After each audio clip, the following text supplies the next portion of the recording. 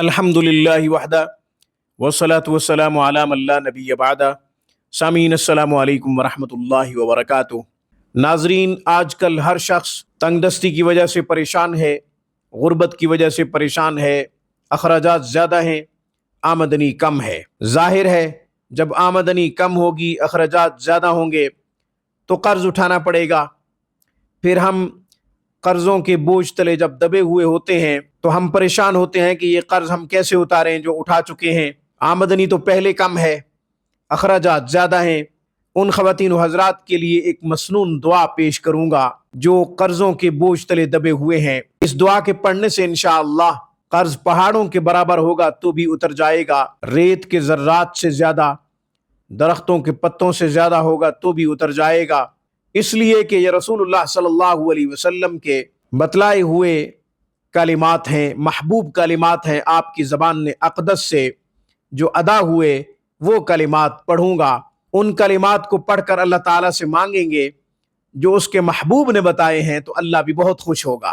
جب اللہ خوش ہوگا تو رحمت خداوندی متوجہ ہوگی، جب اس کی رحمت متوجہ ہو گئی تو بگڑی بن جائے گی، قرض سارے اتر جائیں گے، اللہ تعالیٰ ادائیگی کی سبیل پیدا فرما دے گا، راستے نکال دے گا۔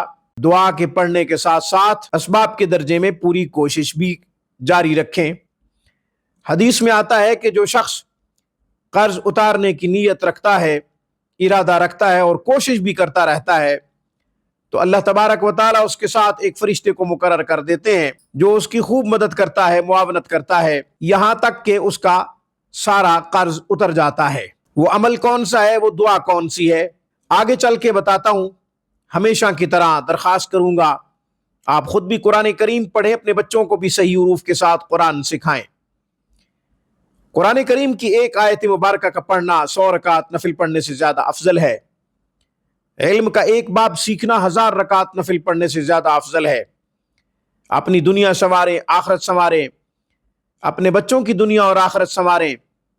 اپنے بچوں کو قرآن کے قریب کیجئے، انہیں خوب تعلیم دلوائیں قرآن کی، کیونکہ جب آپ دنیا میں نہیں رہیں گے تو وہ آپ کے لیے صدقہ جاریہ بنیں گے۔ جب آپ کی اولاد نیک اعمال کرے گی تو آپ کو ثواب پہنچتا رہے گا۔ حضور نبی کریم صلی اللہ علیہ وسلم کا ارشاد ہے، تم میں سے بہترین شخص وہ ہے جو قرآن سیکھے اور قرآن سکھائے۔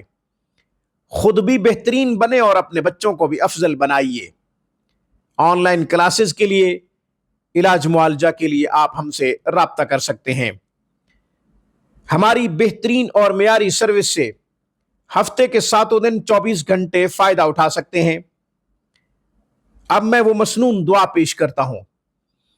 اس سے پہلے کہ صحیح حروف کے ساتھ اس مسنون دعا کو پڑھوں، پہلے اس کی فضیلت عرض کر دیتا ہوں۔ حضرت عائشہ رضی اللہ تعالیٰ عنہ فرماتی ہیں کہ میرے والد حضرت ابوبکر صدیق رضی اللہ تعالیٰ عنہ تشریف لائے۔ میرے والد نے کہا کہ آج میں ایک ایسی دعا بتاتا ہوں جو عیسیٰ ابن مریم اپنی امت کو بتایا کرتے تھے، اپنے ماننے والوں کو بتایا کرتے تھے، اور یہ بھی کہتے تھے کہ اس دعا کے پڑھنے سے قرض پہاڑوں کے برابر ہوگا تو بھی اتر جائے گا۔ حضرت ابوبکر صدیق نے فرمایا کہ یہ دعا مجھے رسول اللہ صلی اللہ علیہ وسلم نے سکھائی ہے۔ حضرت عائشہ فرماتی ہیں کہ میرے والد نے وہ دعا مجھے بھی سکھا دی۔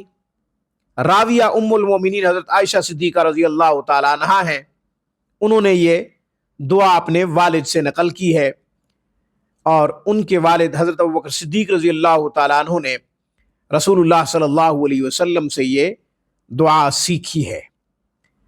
حضرت عیسیٰ ابن مریم اپنے امتیوں کو وہ دعا جو سکھاتے تھے اور آپ علیہ الصلوۃ والسلام نے ہمیں بھی تعلیم فرمائی ہے، اس دعا کو ہم ذرا سیکھ لیتے ہیں، پڑھ لیتے ہیں صحیح حروف کے ساتھ۔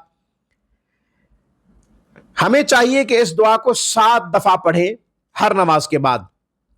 مسنون دعا ہے، یا پھر صبح و شام کے اذکار میں شامل کر لیں۔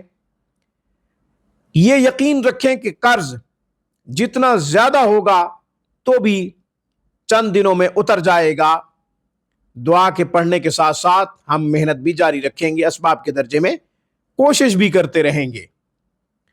اب دعا سیکھ لیجئے۔ اللہم فارج الہم وکاشف الغم ومجیب دعوت المضطرین ورحمن الدنیا والآخرت ورحیمہما انت ترحمنی فرحمنی برحمت تغننی بہا عن رحمت من سواک۔ یہ دعا میں نے پڑھ دی ہے، لکھ کر بھی آپ کو انشاءاللہ سکرین پہ دکھا دیں گے۔ صحیح حروف کے ساتھ اس دعا کو یاد کر لیجئے گا۔ اب آپ انشاءاللہ قرضوں کے بوجھ سے آزاد ہو جائیں گے۔ آج کی گفتگو میں بس اتنا ہی۔ اقول قولی ھذا واستغفر اللہ وآخر دعوانا ان الحمد للہ رب العالمین۔